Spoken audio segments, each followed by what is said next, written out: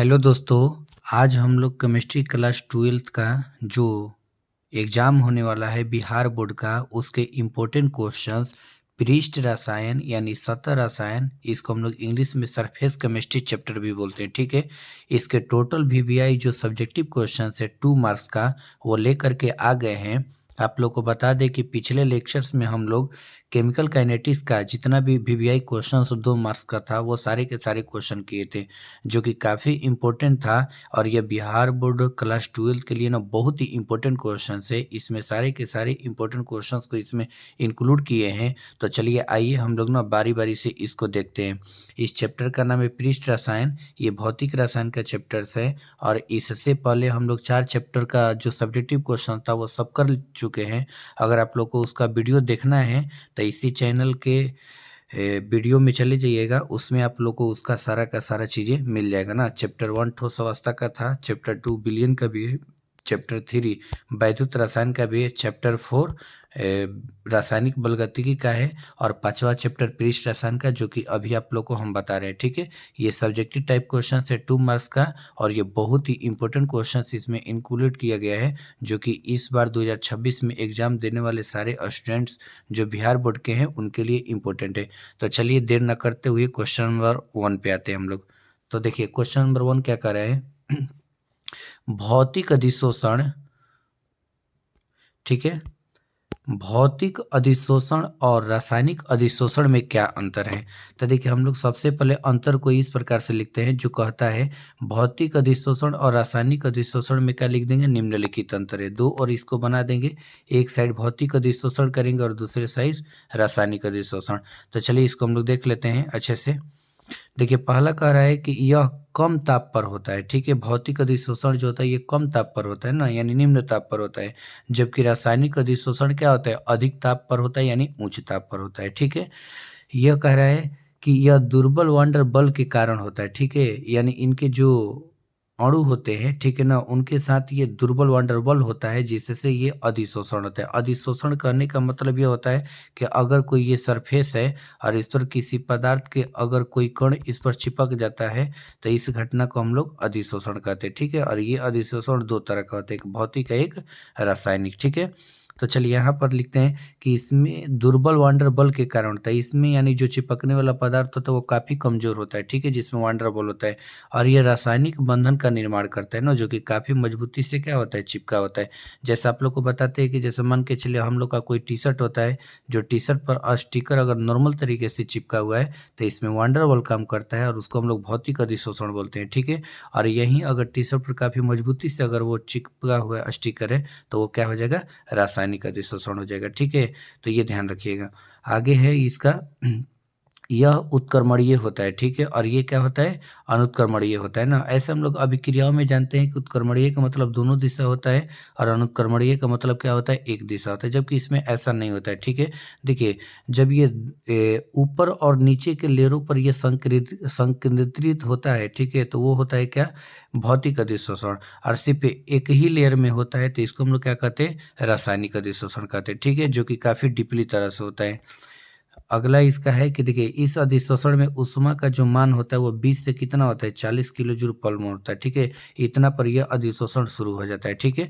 और इसमें अधिशोषण का ऊर्जा का मान 80 से क्या है, 240 किलो जूल पर मोल होता है ना। और इतना किलो जूल पर मोल के साथ ये अधिशोषण क्या होता है, शुरू हो जाता है, ठीक है। तो इसके बारे में हम लोग ना काफ़ी अच्छे तरह से क्लास में भी पढ़े थे, ठीक है। तो इसको आप लोग अच्छे से लिख लीजिएगा और समझ लीजिएगा। चलिए क्वेश्चन नंबर हम लोग 2 पर आते हैं। क्वेश्चन नंबर 2 बहुत ही इंपॉर्टेंट है। लाइफिली कोलाइड और लाइफोबिक कोलाइड में क्या अंतर है, ठीक है। देखिए लाइफिली करने का मतलब यह द्रव को लाइक करेगा, ठीक है। और लाइफोबिक करने का मतलब यह द्रव को अनलाइक करेगा, ठीक है। और इसी के अकॉर्डिंग हम अंतर बता रहे हैं, आप लोग इसको जल्दी से समझ लीजिए। तो देखिए लाइफिली कोलाइड और लाइफोबिक कोलाइड में क्या अंतर है।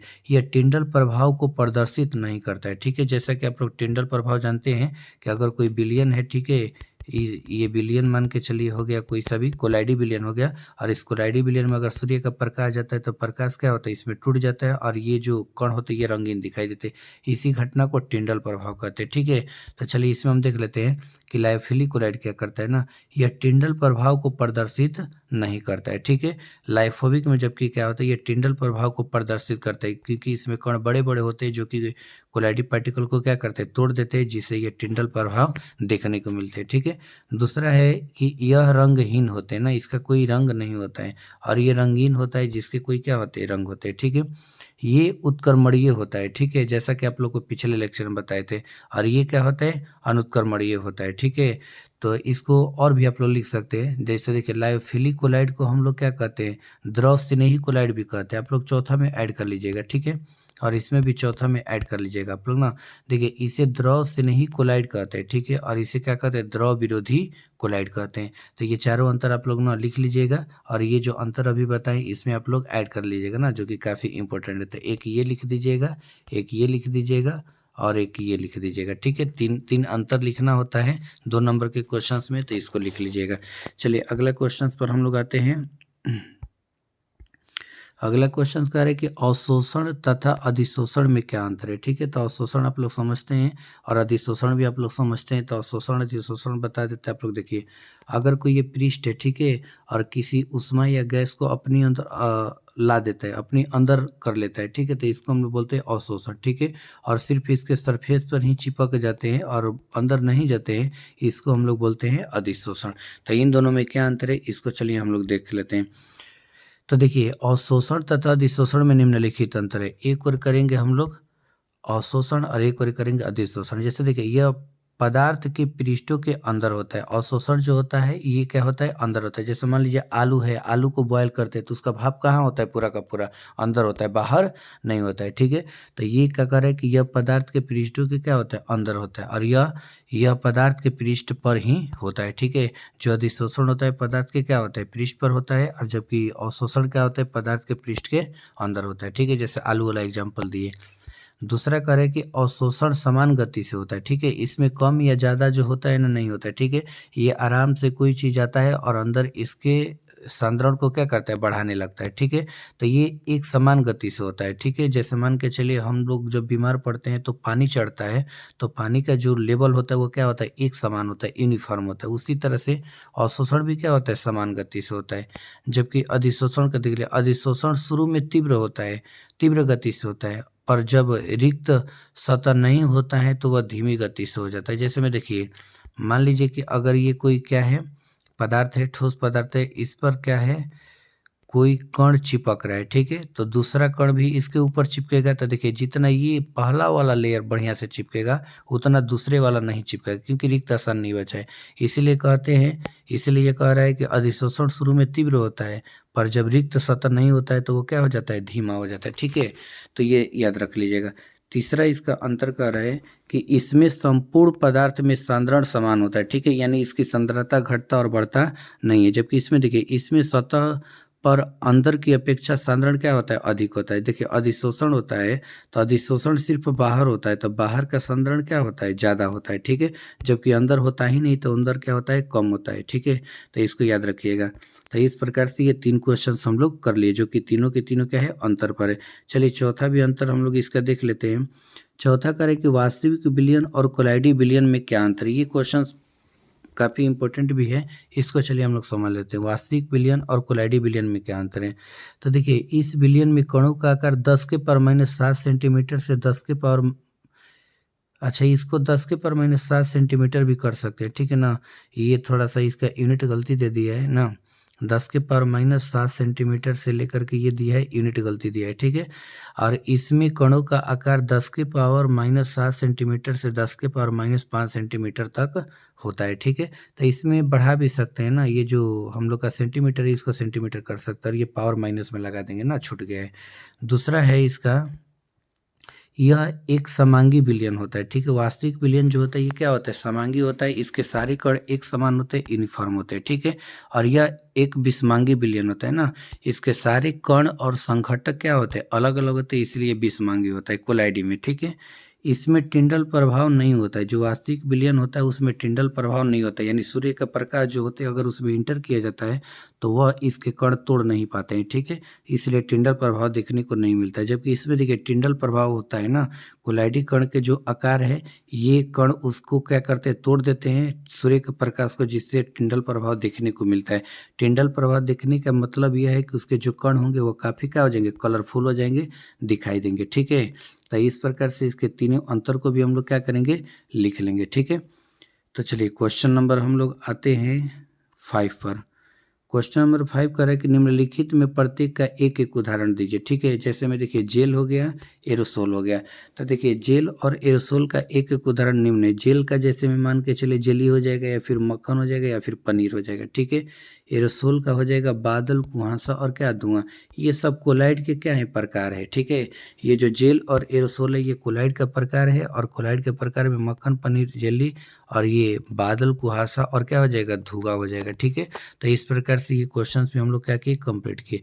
चलिए बार बार टिंडल प्रभाव, तब टिंडल प्रभाव समझ लेते ये होता है क्या है। देखिए टिंडल प्रभाव क्या है, व्याख्या करें। किसी कोलाइडी विलयन में उपस्थित कणों द्वारा प्रकाश का प्रकीर्णन होने की परिघटना को ही क्या कहते हैं, टिंडल प्रभाव कहते हैं, ठीक है। और इस प्रभाव के कारण कोलाइडी विलयन में उपस्थित कण कैसे दिखाई देते हैं, रंगीन, जैसा कि आप लोग को बताते हैं, ठीक है।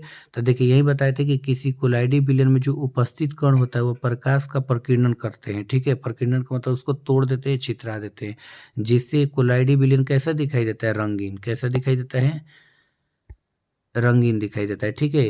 इसी को हम लोग क्या बोलते हैं, टिंडल प्रभाव कहते हैं, ठीक है। देखिए नोट्स में हम काफ़ी सारे इसका डायग्राम बना बना के दिखाए हैं, ठीक है। तो आप लोग नोट्स का भी इस्तेमाल करके देख सकते हैं, ठीक है, नहीं तो अपने हिसाब से बना सकते हैं। हम केवल हिंट दे देते हैं कि ये क्वेश्चन क्या इंपॉर्टेंट है, आप लोग इसको समझ लीजिएगा। चलिए अगला क्वेश्चन चलते हैं ना। ब्राउनियन गति या ब्राउनी गति क्या होता है, ठीक है। ब्राउनियन गति या ब्राउनी गति क्या होता है, ये इंपॉर्टेंट क्वेश्चन है, इसको भी देख लीजिए ना। किसी तरल पदार्थ या कोलाइडी विलयन के अंदर तैरते हुए कणों की टेढ़ी मेढ़ी गति को ही क्या कहते हैं, ब्राउनी गति कहते हैं, ठीक है। अगर मान के चलिए ये कोलाइड विलयन है, ठीक है, ये थोड़ा सा समझिए। इस कोलाइडी विलयन में जो ये हम लोग का कण है, ये कणों की गति कैसा होनी चाहिए, टेढ़ी मेढ़ी। कणों की गति कैसी होनी चाहिए, टेढ़ी। जैसे मान लीजिए एक ऐसे गया, एक ऐसे आया, एक मान लीजिए ऐसे आया, एक ऐसे आया। तो ये कोलाइडी विलयन में जो कणों की गति होती है ना, टेढ़ी मेढ़ी, इसी को हम लोग क्या कहते हैं, ब्राउनियन गति कहते हैं, ठीक है। और इस प्रकार से इसका भी आप लोग डायग्राम बना सकते थे, ठीक है। ये जैसे मान के चलिए हो गया हम लोग का कोई कोलाइडी विलयन, इसमें सूर्य का प्रकाश क्या हुआ, इंटर हुआ। ये सूर्य का ये जो प्रकाश लिख लिया, सूर्य प्रकाश लिख दीजिएगा, ठीक है। ये सूर्य का प्रकाश जैसे ही इंटर होगा, इसके सारे कण क्या होंगे, कलरफुल हो जाएंगे, सारे कण क्या हो जाएंगे, कलरफुल हो जाएंगे। इसी को हम लोग क्या कहेंगे, टिंडल प्रभाव कहेंगे, ठीक है। चलिए अगला क्वेश्चन कह रहे हैं 8वां। कोलाइड बनाने की 2 विधियों को लिखे, ठीक है। यानी कोलाइड किस किन विधियों से बनता है उसके केवल 2 विधियों को लिखना है, ठीक है। तो यहाँ पर चलिए हम समझते हैं। कोलाइड बनाने की 2 विधियां निम्न है। पहला है विद्युतीय विखंडन विधि, ठीक है, यानी विद्युत के द्वारा किसी चीज को तोड़ करके बनाया जाएगा ना। इस विधि में क्या होता है, देखिए इस विधि में परिक्षेपण माध्यम और धातु के इलेक्ट्रोड द्वारा, ठीक है, परिक्षेपण माध्यम और धातु के इलेक्ट्रोड द्वारा कोलाइड का निर्माण किया जाता है ना। तो देखिए धातु का इलेक्ट्रोड तो मान लीजिए या तो जिंक का हो जाएगा या फिर क्या हो जाएगा, कॉपर का हो जाएगा, ठीक है। और परिक्षेपण माध्यम कहने का मतलब जो किसी को अपने अंदर क्या करता है, छुपा लेता है। जैसे देखिए दूध में पानी छुप जाता है, तो छुपाने वाला कौन सा है, दूध है, तो दूध को क्या कहेंगे, परिक्षेपण माध्यम, ठीक है। तो परिक्षेपण माध्यम को मतलब छुपाने वाला होता है, ठीक है।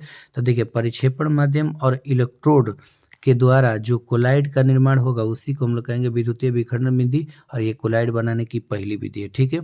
और दूसरा होता है पेप्टन विधि। क्या होता है, पेप्टन। देखिए इस विधि में परिक्षेपण माध्यम, वैद्युत अपघटन और अवक्षेपण के द्वारा कोलाइड का क्या किया जाता है, निर्माण किया जाता है। इसमें 3 को आ जाएंगे, परिक्षेपण माध्यम, वैद्युत अपघटन और क्या आ जाएगा, कोलाइड।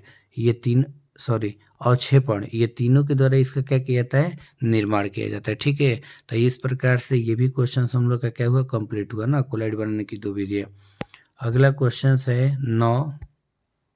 द्रव विरोधी सॉल यानी लाइपोफिलिक सॉल के अस्कंदन से आप क्या समझते हैं। अस्कंदन जैसे मान लीजिए रक्त अस्कंदित होता है, जम जाता है, उसी को कह रहा है कि द्रव विरोधी सॉल से आप क्या समझते हैं। तो चलिए इसको हम लोग पढ़ लेते हैं, समझ लेते हैं। देखिए द्रव विरोधी सॉल में वैद्युत अपघट्य की अधिक मात्रा होने से कोलाइडी कण एक साथ जुड़कर बड़े आकार के अणु के रूप में अवक्षेपित हो जाते हैं, ठीक है। इसलिए इस क्रिया को ही द्रव विरोधी सोल का स्कंदन कहते हैं। चलिए एक बार फिर से पढ़ लेते हैं। देखिए कह रहे कि जो द्रव विरोधी सोल में जो वैद्युत अपघट्य पदार्थ होते हैं ना, जैसे मान लीजिए NaCl हो जाएगा चाहे KCl हो जाएगा, ठीक है, उसकी अधिक मात्रा होने के कारण ना जो कोलाइड के कण होते हैं, ठीक है, वो एक साथ जुड़कर बड़े आकार के क्या करते हैं, अणु के रूप में अवक्षेपित हो जाते हैं। जैसे मान के चले ये हम लोग का कोलाइडी विलयन हो गया, ठीक है, और इसमें हम लोग NaCl को डाल दिए, ठीक है। तो जो NaCl के आयन बनेंगे Na प्लस और Cl-, ये इसके कण के साथ एक बड़ा अणु बनेंगे। क्या बनेंगे? बड़ा अणु बनेंगे और अणु बना करके अवक्षेपित हो जाएंगे। अवक्षेपित करने का मतलब जैसे मान के चलिए तेल में हम लोग जलेबी को छानते हैं तो जलेबी क्या होता है, अलग हो जाता है, उसे अवक्षेपित करते हैं, ठीक है। तो जैसे ही NaCl को इसमें डालेंगे कोलाइडी कणों के साथ मिलकर बड़ा कण बना करके ये क्या करेंगे, अवक्षेपित हो जाएंगे, ठीक है। इसी इसलिए इस क्रिया को क्या कहते हैं, इसलिए इस क्रिया को द्रव विरोधी सोल का स्कंदन कहते हैं, ठीक है ना। इस चीज को ध्यान रखिएगा कि उसके कण भी क्या करते हैं, उसके साथ मिल करके स्कंदित हो जाते हैं, ठीक है, यानी जमने लगते हैं। अगला क्वेश्चन है पेप्टीकरण से आप क्या समझते हैं। देखिए पेप्टीकरण एक विधि होता है जो कि ना काफ़ी इंपॉर्टेंट है, इसको देख लीजिए। देखिए वैसा प्रक्रम जिसमें किसी अवक्षेप को वैद्युत अपघट्य की अल्प मात्रा की उपस्थिति में परिक्षेपण माध्यम के साथ मिलाकर कोलाइडी सोल क्या किया जाता है, बनाया जाता है, उससे हम लोग पेप्टीकरण कहते हैं, ठीक है। तो इसमें तीन चीज़ समझिए। एक है कि अवक्षेप, जैसा कि ऊपर वाले क्वेश्चन में था, अवक्षेप को वैद्युत अपघट्य की अल्प मात्रा की उपस्थिति में, ठीक है, वैद्युत अपघट्य का मतलब NaCl ले लीजिए, ठीक है, उपस्थिति में परिक्षेपण माध्यम के साथ मिलाकर क्या बनाया जाता है, कोलाइडी सोल बनाया जाता है। यानी ऐसा समझिए कि जैसे मान के चलिए कोई हम लोग का अवक्षेप है, ठीक है, कोई क्या है, अवक्षेप है, ठीक है, और इसमें हम कोई मान के चलिए वैद्युत अपघट्य पदार्थ मिला देते हैं NaCl, ठीक है, और इन दोनों को, ठीक है, किसी परिक्षेपण माध्यम के द्वारा, परिक्षेपण माध्यम का मतलब ये दोनों के दोनों इसके अंदर आ जाएंगे, ठीक है। तो इस के साथ मिला करके जो कोलाइडी विलयन तैयार किया जाता है, ठीक है, इस विधि को ही हम लोग क्या कहते हैं, पेप्टीकरण विधि कहते हैं ना। तो पेप्टीकरण में ध्यान रखिएगा अवक्षेप और वैद्युत अपघट्य पदार्थ और परिक्षेपण मिलाकर किसी कोलाइड को बनाते हैं, किसी कोलाइड का निर्माण करते हैं, जिसे हम लोग पेप्टीकरण कहते हैं, ठीक है। चलिए अगला क्वेश्चन है उत्प्रेरक या उत्प्रेरण से आप क्या समझते हैं, ठीक है। तो ये बहुत इंपॉर्टेंट क्वेश्चन है, इसको देख लीजिए। वह पदार्थ जो किसी रासायनिक अभिक्रिया की दर को घटा या बढ़ा देता है उसे क्या कहते हैं, उत्प्रेरक कहते हैं, ठीक है। अगर कोई अभिक्रिया मान लीजिए A+B से C बन रहा है और C इसको बनने में ना 10 मिनट लगता है, ठीक है, या तो इससे कम या ज़्यादा ना समय में कंप्लीट करने के लिए हम लोग किसका इस्तेमाल करते हैं, उत्प्रेरक का करते हैं, ठीक है। तो यहाँ पर थोड़ा ध्यान दीजिए कि वह पदार्थ जो किसी रासायनिक अभिक्रिया के दर को घटाए या बढ़ा देता है उसे क्या कहते हैं, उत्प्रेरक कहते हैं, ठीक है। और उस घटना को हम लोग क्या कहते हैं, उत्प्रेरण कहते हैं, ठीक है। जैसे ये उत्प्रेरक दिया है तो यहाँ या उत्प्रेरण दिया है तो दोनों कह सकते हैं, ठीक है। जो अभिक्रिया की दर को घटाता है और बढ़ाता है उसे उत्प्रेरक कहते हैं, और यह घटना जिस चीज में होती है उसे क्या कहते हैं, उत्प्रेरण कहते हैं, ठीक है। जैसे में देखिए Fe हो गया, MO हो गया, CuCl2 हो गया, ठीक है, ये सब क्या है, उत्प्रेरक है ना। तो आप लोग ध्यान रखिएगा अभिक्रिया की दर को घटाना या बढ़ाना उत्प्रेरक का काम होता है, और वह जिसके माध्यम से होता है उसे हम लोग उत्प्रेरण कहते हैं, ठीक है। तो इसको लिख लीजिएगा। अगला क्वेश्चन है 12, ताप बढ़ने पर भौतिक अधिशोषण क्यों घटता है, ठीक है। यहाँ पर देखिएगा भौतिक अधिशोषण जो है ताप बढ़ने पर क्या कर रहा है, घट जा रहा है। तो इसको थोड़ा सा समझ लीजिए। देखिए भौतिक अधिशोषण ऊष्माक्षेपी प्रक्रम में, ठीक है, ऊष्माक्षेपी करने का मतलब आप लोग समझते हैं कि ऊष्मा क्या होगा, उसमें से निकलेगा, ठीक है, ऊष्मा क्षेपी प्रकार में, ठीक है। जब ताप बढ़ाया जाता है तो अधिशोषक से गैस बाहर निकल जाती है, ठीक है। जो ये पदार्थ है इसमें जो गैस क्या है, अधिशोषित हुए होते हैं, ताप बढ़ाने से ये कण क्या होते हैं, बाहर हो जाते हैं और अभिक्रिया साम्य पक्ष दिशा में विस्थापित हो जाती है, ठीक है। यानी जो अभिक्रिया आगे की दिशा में होनी चाहिए, ठीक है, ये किधर की ओर होने लगती है, पक्ष दिशा में होने लगती है। जो अभिक्रिया आगे होनी चाहिए वो क्या होने लगती है, पक्ष होने लगती है, ठीक है। क्यों होने लगती है, क्योंकि जो गैस के कण होते हैं वो क्या होते हैं, बाहर निकल जाते हैं अधिशोषक से, ठीक है। तो जो अभिक्रिया अग्र दिशा में होनी चाहिए वो क्या होने लगती है, पश्च दिशा में होने लगती है, ठीक है। अब लिख देखो दिशा में विस्थापित है, जिससे भौतिक अधिशोषण क्या होता है, घट जाता है, ठीक है। तो यहाँ पर एक बार फिर से समझ लीजिए कि ताप बढ़ने पर भौतिक अधिशोषण क्यों घटता है। तो इसका मेन रीजन ये है कि देखिए जैसे ही हम लोग ना ताप को बढ़ाते हैं तो अधिशोषक से गैस क्या होते हैं, बाहर निकल जाते हैं और अभिक्रिया साम्य होकर के ना पक्ष दिशा में होने लगती है, ठीक है, यानी आगे से कहाँ होने लगती है, पीछे होने लगती है, जिसके कारण इसका अधिशोषण क्या होता है, घट जाता है। जैसे यहाँ देखिए ठोस अधिशोषक हो गया और गैस क्या हो गया, अधिशोषक हो गया। तो ये कौन सा होता है, ठोस गैस, और प्लस में क्या होता है, ऊष्मा होता है। तो ये हम साइड से इसको आप लोग ना नीचे भी लिख सकते हैं, वो साइड में लिख दिए हैं टाइपिंग करने वाले, तो आप लोग इसको नीचे भी लिख सकते हैं, ठीक है। चलिए अगला क्वेश्चन से हम लोग का 13, देखिए किसी ठोस पर गैस के अधिशोषण को प्रभावित करने वाले कारक कौन कौन से, ठीक है, यानी किसी गैस पर जो गैस के जो अधिशोषण होता है उसको प्रभावित करने वाले कारक कौन कौन से। तो देखिए इसके जो कारक है प्रभावित करने वाले, वो क्या है, निम्नलिखित है। जैसे देखिए पहला है अधिशोषण की प्रकृति, ठीक है। देखिए अधिशोषण की प्रकृति करने का मतलब अधिशोषित करने वाला पदार्थ जितना बढ़िया रहेगा उतना ही पदार्थ को क्या करेगा, अधिशोषित करेगा, ठीक है। दूसरा है गैस की प्रकृति, देखिए गैस जितना ही अच्छा होगा उतना ही उसका भी अधिशोषण होगा। जैसे मान लीजिए चारकोल जो होता है ना, अमोनिया गैस को सबसे अधिक अधिशोषित करता है जबकि दूसरे गैस को नहीं, ठीक है। तो इसलिए वो गैस की प्रकृति पर भी क्या करता है, निर्भर करता है, ठीक है। तीसरा है पृष्ठीय क्षेत्रफल ना, देखिए जितना पृष्ठीय क्षेत्रफल अधिक होगा उतना ही गैस क्या होगा, ठोस पर अधिक से अधिशोषित होगा, ठीक है। और चौथा है ताप और दाब, ठीक है, ताप और दाब के द्वारा भी क्या होता है, अधिशोषण प्रभावित होता है, ठीक ना। तो इस प्रकार से ये 13 क्वेश्चन भी क्या हुआ, कंप्लीट हुआ। अब देखिए परिभाषा के अकॉर्डिंग पृष्ठ रसायन हम लोग देख लेते हैं, ठीक है। तो देखिए भौतिक रसायन की वह शाखा है जिसके अंतर्गत ठोसों के पृष्ठों के गुण तथा पृष्ठों पर होने वाली भौतिक और रासायनिक परिवर्तनों का क्या करते हैं, अध्ययन करते हैं। उसे पृष्ठ रसायन या सतह रसायन कहते हैं ना, यानी ऐसा समझिए ये भौतिक रसायन की क्या है, शाखाएं हैं जो कि पृष्ठों के गुण तथा पृष्ठों पर होने वाली भौतिक और रासायनिक अभिक्रियाओं का क्या किया जाता है, अध्ययन किया जाता है। चलिए क्वेश्चन नंबर आते हैं हम लोग 15 में। 15 कह रहा है कि एंजाइम उत्प्रेरक क्या है, ठीक है। तो देखिए एंजाइम एक प्रोटीन होता है ना जो जैव पत्ती में अभिक्रिया को क्या करता है, उत्प्रेरित करता है। एंजाइम ही एक ऐसा जैव अणु है, ठीक है ना, जैव अणु भी इसको कह सकते हैं क्योंकि ये प्रोटीन का प्रोटीन है। एंजाइम एक प्रोटीन होता है, ठीक है, जो जैव पद्धति में अभिक्रिया को क्या करता है, उत्प्रेरित करता है, ठीक है। जितने भी जीव जंतु होते हैं उनके अंदर की जो भी मेटाबॉलिज्म होती है, ठीक है, उसके जैव पद्धति में उनको क्या करता है, यह उत्प्रेरक करता है कि अभिक्रिया हो, ठीक है। इसलिए इसे क्या कहते हैं, एंजाइम उत्प्रेरक कहते हैं। जैसे में इन्वर्टेज, जाइमेज, पेप्सिन, लैक्टोबैसिलस, यूरिएज, ये सब इत्यादि, ठीक है। ये प्रोटीन होता है और जो जैव पत्ती में क्या करता है, अभिक्रिया को उत्तेजित करता है, उत्प्रेरित करता है, इसलिए इसे एंजाइम उत्प्रेरक भी कहते हैं, ठीक है। अगला क्वेश्चन है, देखिए ये क्वेश्चन थोड़ा ध्यान रखिएगा। देखिए एक वर्धक है, एक उत्प्रेरक विष है, एक विषमांगी उत्प्रेरक है, ये तीनों एक ही जैसे हैं, ठीक है। ये तीनों के तीनों अभिक्रिया के द्वारा ही संपन्न होते हैं, ठीक है। इसमें उत्प्रेरक का इस्तेमाल करते हैं। जैसे देखिए वर्धक किसे कहते हैं, वैसा पदार्थ जिसको उत्प्रेरक के साथ मिला देने पर अभिक्रिया की दर को क्या करता है, बढ़ा देता है ना। यानी ये ऐसा पदार्थ है कि जैसे ही उत्प्रेरक के साथ मिलाइएगा वो अभिक्रिया के दर को कई गुना क्या करेगा, बढ़ा देगा, उसे क्या कहेंगे, वर्धक कहेंगे। जैसे देखिए N2+3H2 है, ठीक है, इससे बन रहा है 2NH3, ठीक है। तो ये जो अभिक्रिया का ये सिंबल दिया गया है ये बहुत ही स्लो होगा, लेकिन जैसे ही आप आयरन डाल देंगे, ठीक है, आयरन उत्प्रेरक हो गया, ठीक है, और MO डाल दिए, जो आयरन के साथ ये एमओ है वर्धक का काम करेगा, किसका काम करेगा, वर्धक का काम करेगा, ठीक है, जो कि अभिक्रिया को तुरंत ही क्या करेगा, कंप्लीट कर देगा। यानी N2+3H2 से 2NH3 को बनने में 10 मिनट लगता है, ठीक है। तो ये जैसे ही उत्प्रेरक इसमें डालिएगा ना वर्धक के रूप में, इस अभिक्रिया के टाइम को क्या करेगा, बहुत ही कम कर देगा, संपन्न कर देगा, ठीक है।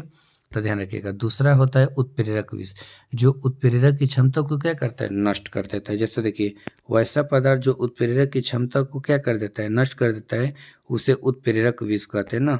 जो उत्प्रेरक की क्षमता होता है उसकी सक्रियता को क्या करता है, नष्ट कर देता है। जैसे मान के चले शरीर हम लोग का ठीक ठाक है और शराब हम लोग पी लेते हैं तो हमारी क्षमताओं को वो क्या कर देता है, नष्ट कर देता है।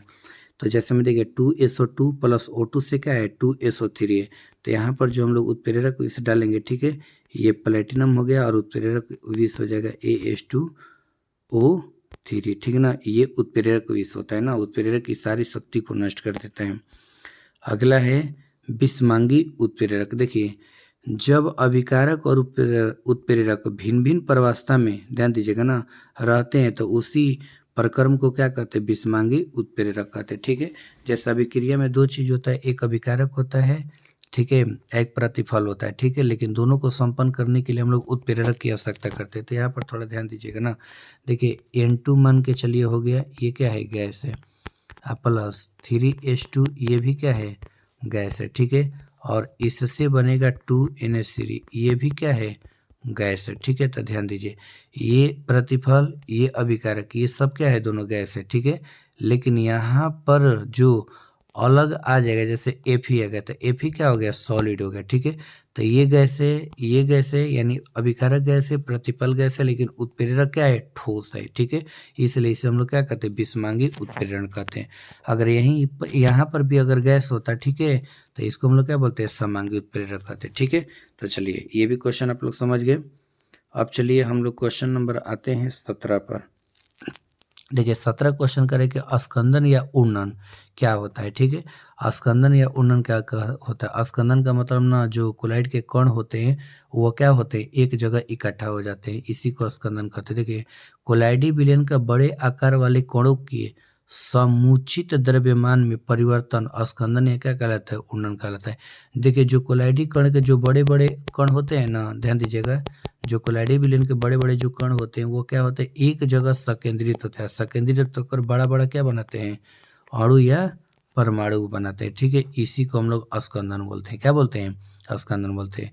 जो 1000 से भी अधिक अणु मिलकर एक बड़े अणु का निर्माण करते हैं। ठीक है, जो कि द्रव्यमान के हिसाब से होता है ना, और यह परिवर्तन होने पर बनता है, उसी को हम लोग क्या कहते हैं, स्कंदन या उन्नन कहते हैं। ठीक है, चलिए क्वेश्चन नंबर 18 है, पायस है इमल्सन क्या है। तो देखिए पायस आप लोग सब लोग जानते हैं, दो द्रवों के बीच होता है। वह कोलाइडी तंत्र है जिसमें परिक्षेपित प्रवासक तथा परिक्षेपण माध्यम दोनों ही क्या होते हैं, द्रव होते हैं, उसे पायस कहते हैं।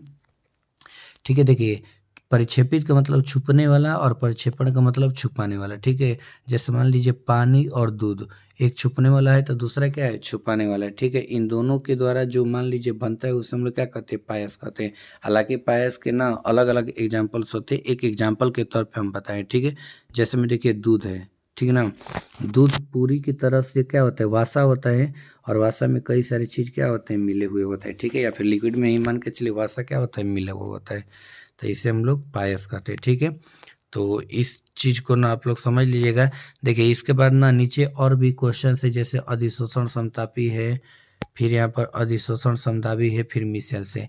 ये सब क्वेश्चन जो है उतने इम्पोर्टेंट है नहीं। ठीक है, तो आप लोग इन सारे क्वेश्चनों पर ध्यान मत दीजिए, बाकी जो इसमें इम्पोर्टेंट क्वेश्चन हैं हम आप लोग को टिक लगा देते हैं। ठीक है, देखिए 18 क्वेश्चन इम्पोर्टेंट है, फिर यहाँ पर आ जाइए आप लोग, एंजाइम उत्प्रेरक 15 क्वेश्चन इंपॉर्टेंट है। ठीक है, फिर ये 13 क्वेश्चन इंपॉर्टेंट कर लीजिएगा, फिर यहाँ पर ना 12 क्वेश्चन इंपॉर्टेंट कर लीजिएगा, 11 कर लीजिएगा, 10 कर लीजिएगा, यानी ऊपर का जितना भी ये क्वेश्चन है ना, सारे के सारे आप लोग इसको कर सकते हैं ना, ये सब के सब क्या है, इंपॉर्टेंट क्वेश्चन है। ठीक है, ये सारे के सारे क्वेश्चन क्या है, इंपॉर्टेंट क्वेश्चंस है, तो इसलिए आप लोग इन सारे क्वेश्चनों को अच्छे से लिख लीजिएगा। ठीक है, तो इस प्रकार से हम लोग ना बिहार बोर्ड के जितने भी स्टूडेंट्स हैं जो कि 2026 में एग्जाम देने वाले हैं, उनके लिए सब्जेक्टिव टाइप क्वेश्चन पृष्ठ साइन का काफ़ी इंपॉर्टेंट करके इस चैप्टर्स में दे रखे हैं। ठीक है, तो आप लोग इन सारे क्वेश्चनों को अच्छे से समझ लीजिएगा। और हाँ,